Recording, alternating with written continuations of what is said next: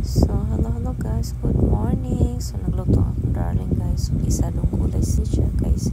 Iyang slices, kining carrots, bell pepper, onions, at saka cabbage, at saka talong. It's our favorite gift guys, nga vegetable. So, akong darling nagluto guys. So, siya din nag-video ani guys. Well, ako naintan ko sa gawas guys. Kaya nagpahilom ko sa akong anak. Kaya akong anak grabe kaila ko. So, yan nagigisa ni mga lamas guys, no? Giuna pa niyang carrots kay kining carrots dugay bin siya mo.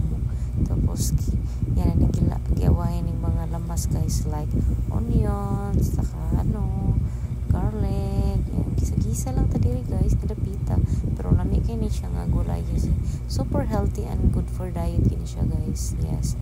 Nindot ni siya guys kay di ka gutumon kining cabbage. So, yan na lang ibuog-buog ni siya guys kay kana maglisod man siya suot para mabuwag sa siya ang paggalata while nagprito sa siya tamban. Yes, tamban, our favorite fish, tamban. Ganun lang talaga yun guys. Di yan maarti sa isda kumakain yan ng guys kasi doon sa France ang mahal ng isda nila doon guys, pero thankfully itong isa kumakain talaga ng tamban. So ayan, ilagay ko na din yung talong guys, kasi yung talong madali namin yung malata guys.